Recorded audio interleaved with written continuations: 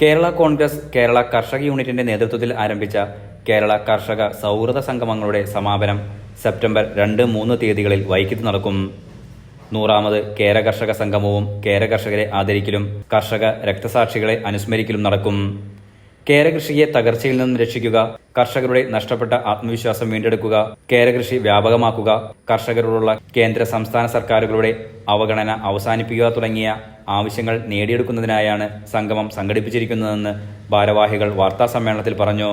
കേര കർഷകരുടെ ആത്മവിശ്വാസം വീണ്ടെടുക്കുന്നതിന് വേണ്ടി നമ്മുടെ സ്വന്തം കൃഷിയായിട്ടുള്ള നാളികേരത്തെ തകർച്ചയിൽ രക്ഷപ്പെടുത്തുന്നതിന് വേണ്ടി കേന്ദ്ര സംസ്ഥാന സർക്കാരുകൾ ഈ കാര്യത്തിൽ കാണിക്കുന്ന അവഗണന മനോഭാവം മാറ്റിയെടുക്കുന്നതിന് വേണ്ടി എല്ലാ നിലയിലും നമ്മുടെ ഈ പ്രിയപ്പെട്ട ഈ കൽപ്പവൃക്ഷം, കേരളത്തിൻ്റെ കേരം എന്ന പേരാണ് നമുക്ക് കേരളം എന്ന പേരിന് പോലും ഒരു സാഹചര്യം ഉണ്ടാക്കിയത്.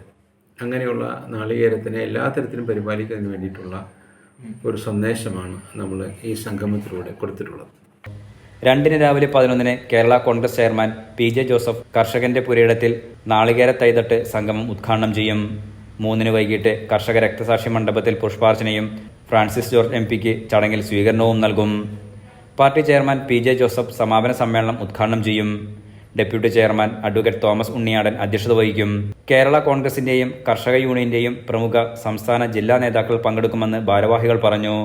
നാളികേര സംഭരണവുമായി ബന്ധപ്പെട്ട് കേന്ദ്ര സംസ്ഥാന സർക്കാരുകളുടെ വില തറവില നിശ്ചയിക്കപ്പെട്ട് 34 രൂപയാണെങ്കിൽ പോലും ശരാശരി 29 മുതൽ 30 രൂപ വരെയാണ് നമുക്ക് ഒരു കൃഷിക്കാരന് കിട്ടുന്നത്. അപ്പോൾ ഗവൺമെൻറ് നിശ്ചയിച്ചിരിക്കുന്ന വില പോലും കിട്ടാത്തൊരു സാഹചര്യത്തിലാണ് നാളികേര കൃഷി മുമ്പോട്ട് പോകുന്നത്.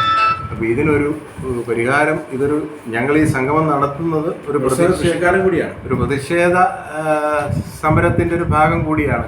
അത് കൃഷി ഉദ്യോഗസ്ഥന്മാർ സജീവമായി കാർഷിക മേഖലയിലേക്ക് ഇറങ്ങുകയും, ഇപ്പം തെങ്ങിനെ സംബന്ധിച്ചിടത്തോളം ഏറ്റവും വലിയ ഭീഷണി എന്ന് പറയുന്നത് കൊമ്പൻചെല്ലിയും ചെമ്പൻചെല്ലിയാണ്. അപ്പോൾ ഇവിടെ നിന്ന് തന്നെ നമ്മൾ കുറച്ച് നാളുകൾക്ക് മുമ്പ് ഇസ്രായേൽ വഴി ഈന്തപ്പനയിൽ കൊമ്പൻചെല്ലിയും ചെമ്പൻചെല്ലിയും കയറുന്നത് പഠിക്കാനായിട്ട് പോകുകയും അത് വളരെ നവീനമായ പുതിയ ടെക്നോളജി ഉപയോഗിച്ചുകൊണ്ട് അവരുടെ ഫാം ഹൗസിൽ ഇരുന്നാൽ ഒരു ഈന്തപ്പനയിൽ ഒരു കൊമ്പൻചെല്ലിയോ ചെമ്പൻചെല്ലിയോ ചെന്നാൽ ആ ഫാം ഹൗസിൽ അറിയാവുന്ന സംവിധാനം അത് കേരളത്തിൽ അതുപോലെയുള്ള സംരംഭങ്ങൾ കേരളത്തിൽ നടപ്പാക്കുകയാണെങ്കിൽ നാളികേര കൃഷിക്ക് ഒരു ബുദ്ധിമുട്ടും ഉണ്ടാകുകയില്ല. അഡ്വക്കേറ്റ് തോമസ് ഉണ്ണിയാടൻ, കർഷക യൂണിയൻ ജില്ലാ സെക്രട്ടറി ജോസ് ജെയിംസ് നിലപ്പന, പോൾസൺ ജോസഫ്, സിറിൽ ജോസഫ് തുടങ്ങിയവർ വാർത്താസമ്മേളനത്തിൽ പങ്കെടുത്തു. Enlight News, Vaikom.